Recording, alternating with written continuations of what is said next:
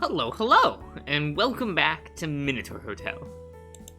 I guess we're gonna be hanging out with Kota, cause I assume we'll get new dialogue with him running the thing, so it'll at least be different.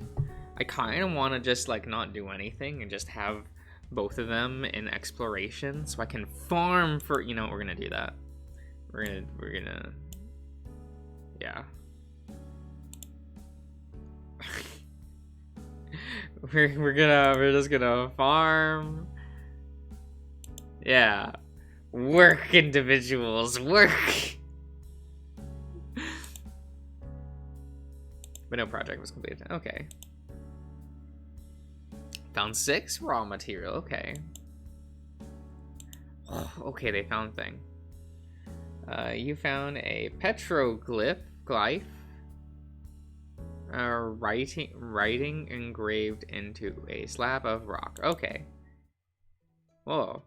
Tonight it is Kota who hosts the Hearthside Circle. He gifts his audience with tales about the Minotaur's hospitality and the hotel's tradition. Is this new? No, it's not. Unfortunate. Enthusiastically. Wait, what do we... Wait. Log, file, leisure.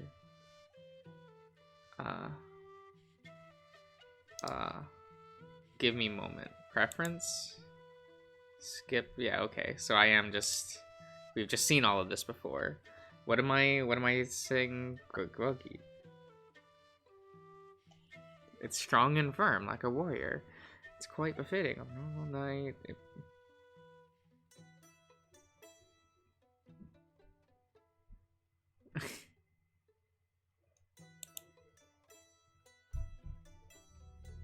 Oh, did I do that? Was that what I picked the last time? Okay, cool. Okay, so we can do this. I mean, that's like different.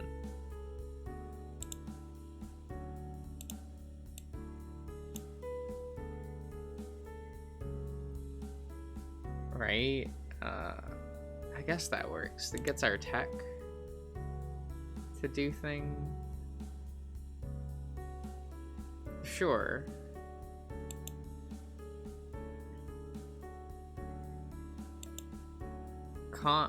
Confirm. Yes. This is fine. Oh, you allow Asterion and yourself to yourself a day off to work on his project. So, if I recall, you wanted to help decipher your Minoan language and share it with the world? Asterion shifts left to then right again, his tail and ears following along. Yes, that would mean a lot to me. I used the internet to look it up. The Minoan language has been lost to time, but fragments of Cretan writing still exist in clay and stone tablets, ceramics, and decorations found in Greece and Turkey. Archaeologists and linguists have classified their findings into 3 distinct written systems.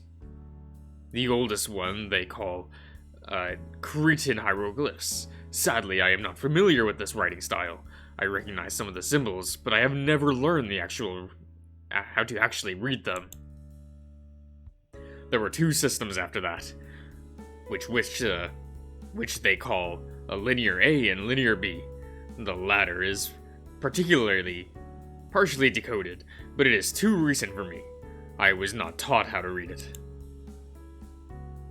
What they call a linear A, that is the one I can read and translate. I looked up some images of partially preserved tablets, and I can read them with a little effort. Really? What kind of stuff is written on them? The ones I could find mostly keep business records, although I've seen 1 or 2 with proverbs and poetry fragments. Those really help to jog my memory. But I know not all where to start with this. How do I share my translations? I have a hard time looking things on a tablet, let alone writing them down on a text with text processor and sharing them.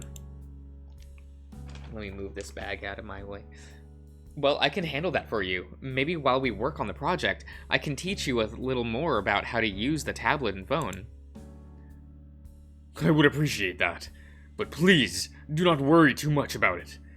I would not want to slow you down. I don't mind. I'll be as patient as I have to. You're doing the world a favor by sharing this knowledge. It's only fair that you learn something about along the way too. Thank you. So let's get started, shall we? Asterion nods. He clears his throat. Yeah, his throat. A save for a pencil and a pad, and pad to take notes. First of all, we're going to need access to the available writings. Yeah, writings. That means looking up what museum have which fragments in their collection, and seeing if there's any way to get access to them. We'll also need to contact someone to report your translations to, perhaps the research team of a university here and there. But we need to do this anonymously, right? Oh, all right. Oh my god. I don't think anyone would accept the explanation that a Minotaur has been alive for 1,000 years, and just so happens to be fluent in a dead language. Yes, a cover story may be necessary. It would also help to have the hotel make some fragments of our own. If it can do that, to add more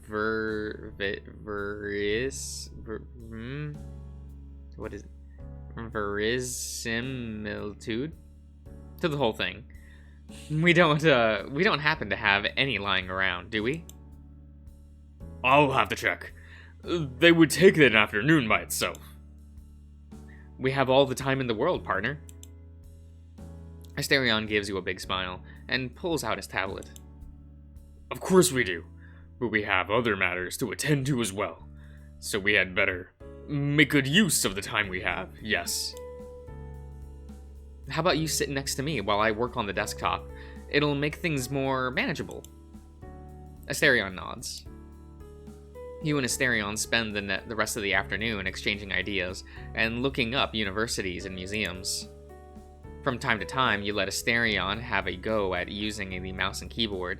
After a few too many instances of typing 3 letters in one stroke, however, he decides that he vastly prefers his tablet's touchscreen. Let's check in on the R&D team. Progress was made, but no project was done. This team... Looks like your team has found something. You found a poem written in a very old parchment. Yes. Is this... Oh, okay. We do thing. I mean, I guess we might as well try to do as many of these as possible. You know, we didn't do this last time to help out Asterion, so it probably just something we can do. You and Asterion review your findings from the previous session. Alright, we have pictures of all of the writings stored in the Ashmolean Museum in Oxford, and the Heracleon Archaeological Museum in Crete. That's a good starting point. We also have a list of researchers we can contact. I've organized the pictures in a document so you can get started translating them. Thank you, Anon. Let's get right to it. Asterion begins translating the images on the tablet one by one, while you type what he says. Asterion chuckles. This one is definitely a graffiti of some sort. Graffiti? Huh, that's weird. What does it say? Oh, it's very dirty. Asterion clears his throat. A little, snigger. Yeah, okay. Breaking the decorum, for just a moment. Wait, what? Jararos? Wait, I can't. Wait, what? Oh, was it timed? Mr. Horror, Zeus was night. Wait, Baker. Moron. Oh, okay. I'm having a hard time. Asterion can barely hold his laughter. And below here, it says, limp dick piece of shit. Can you blame her? Wow, the Minoans were fucking brutal. Die 'em. Asterion calms down. Maybe we can skip that one. I don't want the scholar to think we're shitposting. What does it mean to shitpost? I'll explain some other time. Basically, I don't want them to thinking we're just making this up. Yes. I agree with you then. As well, perhaps it will be funnier if they find out by themselves. Also, we'll probably need to come up with a cover story for how we got these translations, yeah? Yes. I think I read somewhere about prints of movies where they thought to be lost, which ended up in some random guy's private collection. That wouldn't be much different from what we have going on here. That's true. We could say that we're art thieves, and we can't disclose where we got these from. That sounds difficult to believe. How would art thieves come up with these translations? Good point. Maybe we can say we're independent researchers in contact with art thieves and grave robbers, and can't disclose our sources then. You'd be surprised there are a lot of people on the internet who just stumble upon solutions to problems that have baffled scientists for decades by complete accident. And people who do independent research out of love for their discipline. That does not entirely convince me. We should think about it some more while I work on these. You spend the rest of the afternoon with Asterion, helping him write down his translations into his document, even letting him do it himself from time to time to practice typing and using a word processor. By the end of the day, he has mastered the art of copy-pasting text and images, and you both have your perfect cover story.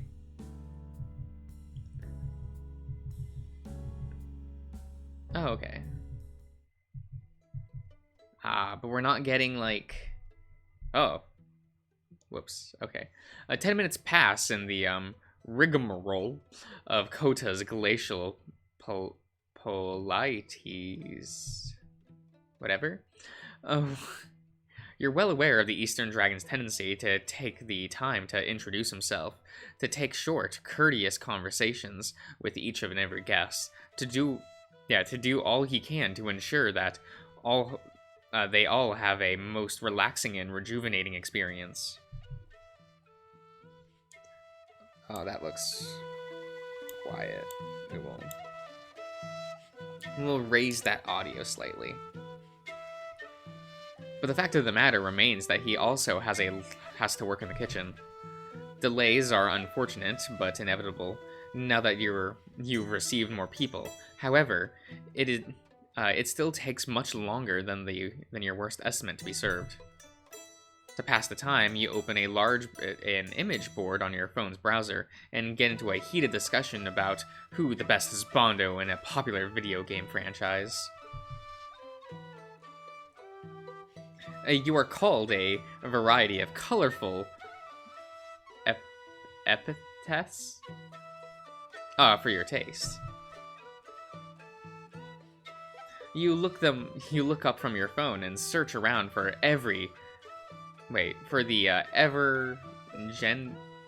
genteel dragon. The quickest of glances reveal no one drifting from table to table to welcome each guest. The warm, gentle pitter-patter of both his feet and his voice, and conspicuous for its absence, Akota is nowhere to be seen. Is something wrong? You get up to go check in the kitchen, but as soon as you do, you bump, and quite literally, into something most unexpected. Okay. The two goalboats are cowering next to your leg, barely noticeable under the table. These are cute outfits. Their usual rags are gone, replaced by miniature waiter outfits. Now it looks a little too loud on the thing, but it always does in this game. But better safe than sorry. Their shirts are made out of a delicate liner.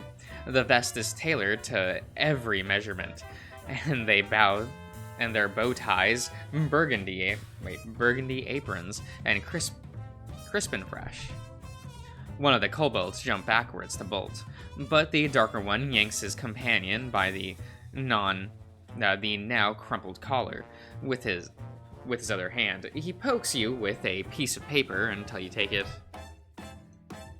No, Zippito. First you get the customer's attention, and then you write their orders. Coda yanks the notepad from the kobold's grasp. And would it hurt you to say hello or greetings? Like I just spent the morning teaching you. The doe-eyed darlings look downward, dejected and ashamed, barely containing their tears. What a shameful display. They sniffle once, twice, and Kota already regrets raising his voice. I am sorry, little ones. I will handle the orders. So you two go serve table 6, their meals. You've been doing a fantastic job with that. Can you do that for me? The dragon lays a comforting hand on either kobold's shoulders. And the gentle grace... Is that wind or rain? The gentle grace of his kind words rejuvenates the pair's enthusiasm. They scurry off towards the kitchen as Kota addresses you. I am terribly sorry for the delay, Anon. I thought they would have a solid grasp on this task. It's okay, Kota. I was really distracted. I should have noticed them. I would prefer to greet and take the guests' orders myself. It keeps the standards of our establishment high, you see. But at this rate, I don't think I can manage on my own. So you convinced the kobolds to wait tables? Ah, no. They asked of their own volition. These industrious little things seem to have taken a liking to me, and are very eager to help. That said, I do wish their enthusiasm translated to good manners and proper etiquette. They were scrounging for scraps and wiring. Yes, wearing tailored clothes, not wiring, wearing clothes when they got here. One can assume they aren't familiar with aristocrat table manners. Be more patient with them. They seem to be doing their best. They are indeed. I am sure they will learn the ropes sooner rather than later, and their help is very much appreciated. Gruggy, please! Table 6 is the other way. As he turns, his shoulder spikes rip through the chunk of his dress shirt. Oops, you think the outfits were a good idea? We'll figure out, eventually. It's better than having them run around wearing rags and patchwork. So, where are my manners? What would you like me to get for you, Anon? Kota takes your order, then goes back to the kitchen where he belongs. Yeah, where he belongs, okay. Then, from the hallway, you catch a familiar tune, a melodic clopping of hooves and chest rumbling hum. Oh. Wait, is he not wearing the thing? Did I forget to equip that? Is that... I'll have to remember that for later. Your friend locks his gaze on you, and before approaching, he meanders about. He nods to the men sitting at the counter, waving to a pair of women, snacking to the side, and bowing to a family and their children. To you, he smiles, but even after sitting, he can't help but flick his ears and fidget his hooves. He opens and his open and close listening expression can often register to some of the guests as blank or stony. But to you, he smiles. Is this not an invitation? You raise your eyebrows, and he giggles. You wait for him to speak, and he merely snorts and leans back. Okay, I'll end the part here, everyone, so I'll see you around.